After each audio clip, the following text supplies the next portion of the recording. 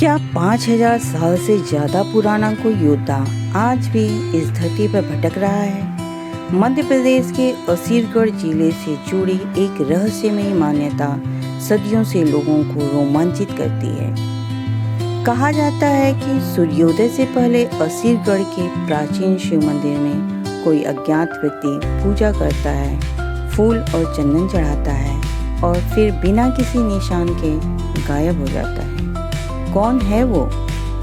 क्या वह महाभारत का योद्धा अश्वत्थामा है? क्या वो वास्तव में अमर है या केवल एक प्राचीन लोक कथा है? आज हम जानेंगे अश्वत्थामा की पूरी कहानी, उनके जन्म से लेकर महाभारत की उस भयानक रात तक और उस रात तक जिनके बारे में कहा जाता है कि उन्होंने मृत्यु से भी कठिन जीवन पाया। लेकिन याद रखिए, इस कहानी के कुछ हिस्से धार्मिक ग्रंथों पर आधारित हैं, जबकि असीरगढ़ से जुड़े आधुनिक दावे मुख्यतः लोक कथाओं और स्थानीय मान्यताओं के रूप में बताए जाते हैं। तो चलिए शुरू करते हैं एक ऐसे रहस्य से जिसका जवाब आज भी निश्चित रूप से किसी के पास नहीं है। द्वापर युग की बात है। गुरु द्रोणाचार्य के घर एक असाधारण बालक का जन्म हुआ, अश्वत्थामा। महाभारत की परंपरा के अनुसार उनके जन्म से जुड़ी कई अद्भुत कथाएं हैं। कहा जाता है कि उनके जन्म के समय घोड़े जैसी ध्वनि सुनाई दी और इसी कारण उनका नाम अश्वत्थामा पड़ा। उनके बारे में सबसे प्राचीन मान्यता है कि उनके माथे पर स्थित दिव्य मणि की। कहा जाता है कि इस मणि के कारण उन्हें अनेक प्रकार की शक्तियां प्राप्त थीं और वे सामान्य मनुष्यों से अलग थे। गुरु द्रोणाचार्य ने अपने पुत्र को महान अस्त्र शस्त्र की विद्या सिखाई, लेकिन यही असाधारण शक्तियां आगे चलकर एक भयानक त्रासदी का कारण बनने वाली थी। महाभारत का युद्ध आगे बढ़ता गया और एक समय गुरु द्रोणाचार्य भी युद्ध करते हुए वीरगति को प्राप्त हुए। अपने पिता की मृत्यु ने अश्वत्थामा के भीतर प्रतिशोध की आग जला दी। युद्ध के अंतिम दिनों में उसका क्रोध चरम पर पहुंच गया और फिर आई वह भयावह रात जब युद्ध लगभग समाप्त हो चुका था और शिविर में अधिकतर योद्धा विश्राम कर रहे थे। अश्वत्थामा ने प्रतिशोध में पांडव शिविर पर हमला किया।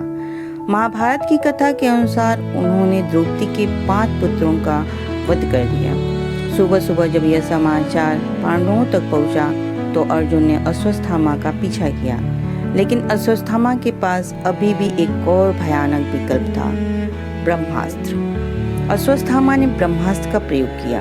अर्जुन ने भी जवाब में ब्रह्मास्त्र छोड़ा। स्थिति इतनी भयंकर हो गई कि ऋषियों ने दोनों योद्धाओं को अस्त्र वापस लेने के लिए कहा। अर्जुन अपना अस्त्र वापस लेने में सफल हुए, लेकिन अश्वत्थामा ने ऐसा नहीं किया।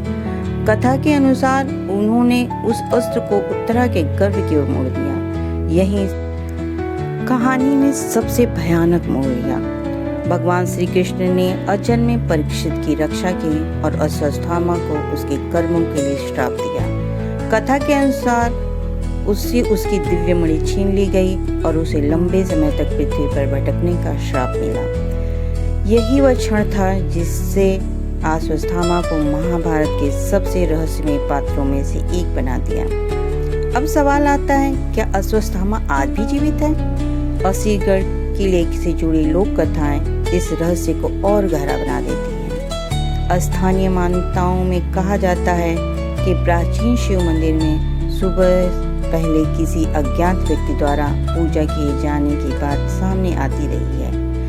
कुछ कथाओं में एक लंबे चौड़े व्यक्ति को देखने का दावा किया जाता है, जिसके माथे पर घाव बताया जाता है। लेकिन यहाँ एक जरूरी बात यह है, इस घटनाओं का कोई ऐसा वैज्ञानिक प्रमाण उपलब्ध नहीं है जिससे यह निश्चित रूप से कहा जा सके कि वह व्यक्ति अश्वत्थामा ही है। फिर भी ये कहानी पीढ़ियों से लोगों की कल्पना और आस्था का हिस्सा बनी हुई है और शायद इसी वजह से अश्वत्थामा की कथा आज भी इतनी रहस्यमयी लगती है। कुछ धार्मिक परंपराओं में यह मान्यता मिलती है कि अश्वत्थामा का जीवन कलयुग के अंत तक जारी रहेगा कहा जाता है कि भगवान कल्कि के अवतार के समय उनका भी एक विशेष स्थान होगा। लेकिन क्या यह वास्तव में हुआ है? क्या अश्वत्थामा आज भी किसी जंगल, किसी पहाड़, किसी प्राचीन मंदिर के आसपास भटक रहे हैं, या फिर यह हजारों वर्षों से चली आ रही एक अद्भुत लोक कथा है? इसका निश्चित उत्तर आज हमारे पास नहीं है। शायद यही इस कहानी का सबसे बड़ा रहस्य है। अगर आपको अश्वत्थामा की यह रहस्यमयी कथा पसंद आई तो वीडियो को लाइक करें और ऐसे ही एवं रहस्यमयी कहानियों के लिए चैनल को सब्सक्राइब करें और कमेंट में बताइए, क्या आपको लगता है अश्वत्थामा आज भी जीवित है? जय श्री कृष्ण।